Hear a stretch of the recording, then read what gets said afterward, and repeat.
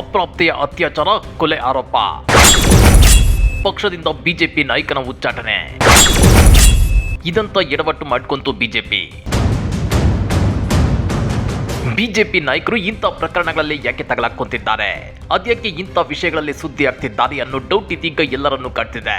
ಅತ್ಯಾಚಾರ, ಲೈಂಗಿಕ ಕಿರುಕುಳ, ಮಹಿಳೆಯರ ಮೇಲೆ ದೌರ್ಜನ್ಯದಂತ ಪ್ರಕರಣಗಳಲ್ಲಿ ಹೆಚ್ಚಾಗಿ ಬಿಜೆಪಿ ನಾಯಕರ ಹೆಸರುಗಳು ಕೇಳಿ ಬರ್ತಾ ಇವೆ. ಆ ಲಿಸ್ಟ್ಗೆ ಇದೀಗ ಮತ್ತೊಂದು ಪ್ರಕರಣ ಸೇರ್ಪಡೆಯಾಗಿದೆ. ಬಿಜೆಪಿ ನಾಯಕನ ಮೇಲೆ ಅಪ್ರಾಪ್ತೆಯ ಅತ್ಯಾಚಾರ ಕೊಲೆ ಆರೋಪ ಕೇಳಿ ಬಂದಿದೆ ತಡ ಆ ಬಿಜೆಪಿ ನಾಯಕನನ್ನ ಬಿಜೆಪಿ ಪಕ್ಷದಿಂದಲೇ ಉಚ್ಚಾಟನೆ ಮಾಡಲಾಗಿದೆ. ಹಾಗಾದ್ರೆ ಏನಿದು ಪ್ರಕರಣ, ಇದೆಂತ ಎಡವಟ್ಟು ಮಾಡ್ಕೊಂತು ಬಿಜೆಪಿ ಅಂದ್ರ ಅದನ್ನ ಡೀಟೇಲ್ ಆಗಿ ತೋರಿಸ್ತೀವಿ. ಆದ್ರೆ ಅದಕ್ಕಿಂತ ಮೊದಲು ಹಲೋ ಕನ್ನಡ ಯೂಟ್ಯೂಬ್ ಚಾನಲ್ ಅನ್ನ ಸಬ್ಸ್ಕ್ರೈಬ್ ಮಾಡ್ಕೊಳ್ಳಿ, ಹಾಗೇನೆ ಪಕ್ಕದಲ್ಲಿರೋ ಬೆಲ್ ಬಟನ್ ಅನ್ನು ಪ್ರೆಸ್ ಮಾಡಿ. ಅತ್ಯಾಚಾರ, ಲೈಂಗಿಕ ದೌರ್ಜನ್ಯದಂತ ಪ್ರಕರಣಗಳು ನಿಜಕ್ಕೂ ನಾಗರಿಕ ಸಮಾಜ ತಲೆ ತಗ್ಗಿಸುವಂತ ವಿಷಯಗಳು. ಈ ವಿಷಯಗಳನ್ನ ಪಕ್ಷಾತೀತವಾಗಿ ಎಲ್ಲ ರಾಜಕೀಯ ಪಕ್ಷಗಳು ಖಂಡಿಸಬೇಕು. ಆದ್ರೆ ಇಂಥ ಪ್ರಕರಣಗಳಲ್ಲೂ ರಾಜಕಾರಣಿಗಳು ತಮ್ಮ ರಾಜಕೀಯ ಬೇಳೆ ಬೇಯಿಸಿಕೊಳ್ಳಲು ಮುಂದಾಗುತ್ತಿದ್ದಾರೆ. ಯಾಕಂದ್ರೆ ತಿಂಗಳ ಹಿಂದೆ ಹುಬ್ಬಳ್ಳಿಯ ನೇಹಾ ಕೊಲೆ ಪ್ರಕರಣದಲ್ಲಿ ಬೀದಿಗಿಳಿದು ಪ್ರತಿಭಟನೆ ನಡೆಸಿದ್ದ ರಾಜ್ಯ ಬಿಜೆಪಿ ನಾಯಕರು ಪ್ರಜ್ವಲ್ ರೇವಣ್ಣ ಪ್ರಕರಣದಲ್ಲಿ ನೂರಾರು ಮಹಿಳೆಯರು ಸಂತ್ರಸ್ತರಾಗಿದ್ದಾರೆ ಅನ್ನೋ ಸುದ್ದಿ ಹರಿದಾಡಿದ್ರು. ರಾಜ್ಯ ಬಿಜೆಪಿ ನಾಯಕರು ಆ ಬಗ್ಗೆ ಪ್ರತಿಭಟನೆ ಮಾಡೋದಿರ್ಲಿ, ತುಟಿಕ್ ಪಿಟಿಕ್ ಕೂಡ ಅಂತಿಲ್ಲ. ತಮ್ಮ ರಾಜಕೀಯ ಬೇಳೆ ಬೇಯಿಸಿಕೊಳ್ಳೋದಕ್ಕಾಗಿ ಹಿಂದುತ್ವ, ದೇವರು, ಧರ್ಮವನ್ನ ಹಿಡಿದು ತರೋದು ಎಷ್ಟು ಸರಿ. ಆದ್ರೀಗ ವಿಷಯ ಅದಲ್ಲ. ಅಪ್ರಾಪ್ತೆಯ ಮೇಲೆ ಅತ್ಯಾಚಾರವೆಸಗಿ ಕೊಲೆ ಮಾಡಿರೋ ಗಂಭೀರ ಆರೋಪ ಖುದ್ದು ಬಿಜೆಪಿ ನಾಯಕನೊಬ್ಬನ ಮೇಲೆಯೇ ಕೇಳಿ ಬಂದಿದೆ. ಈ ಸುದ್ದಿ ಇದೀಗ ದೇಶಾದ್ಯಂತ ದೊಡ್ಡ ಸದ್ದು ಮಾಡ್ತಿದೆ. ಹೌದು ವೀಕ್ಷಕರೇ, ಹರಿದ್ವಾರದಲ್ಲಿ ನಡೆದ 13 ವರ್ಷದ ಬಾಲಕಿಯ ಅತ್ಯಾಚಾರ ಮತ್ತು ಕೊಲೆ ಪ್ರಕರಣದಲ್ಲಿ ಉತ್ತರಾಖಂಡ ಬಿಜೆಪಿ ಮುಖಂಡನ ಮೇಲೆ ಆರೋಪ ಕೇಳಿ ಬಂದಿದೆ. ಹೀಗಾಗಿ ಬಿಜೆಪಿ ಮುಖಂಡ ಆದಿತ್ಯ ರಾಜ್ ಸೈನಿಯನ್ನ ಅಲ್ಲಿನ ಪೊಲೀಸರು ಅರೆಸ್ಟ್ ಮಾಡಿದ್ದಾರೆ.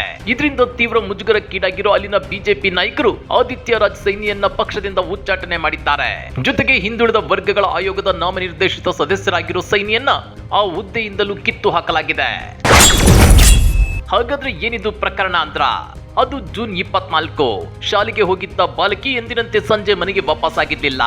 ಇದರಿಂದ ಆತಂಕಗೊಂಡ ಕುಟುಂಬಸ್ಥರು ಆಕೆಯ ಫೋನ್ಗೆ ಹಲವು ಸಲ ಕರೆ ಮಾಡಿದ್ರು. ಆದ್ರೆ ನೋ ಯೂಸ್, ಕರೆಗಳನ್ನ ಸ್ವೀಕರಿಸಿರ್ಲಿಲ್ಲ. ಕೊನೆಗೆ ಒಂದು ಸಲ ಬಿಜೆಪಿ ಮುಖಂಡರು ಕರೆ ಸ್ವೀಕರಿಸಿ ಬಾಲಕಿ ತಮ್ಮೊಂದಿಗಿದ್ದಾರೆ ಅಂತ ಹೇಳಿದ್ರು ಅಂತೇಳಿ ಬಾಲಕಿಯ ಕುಟುಂಬಸ್ಥರು ಹೇಳಿದ್ದಾರೆ.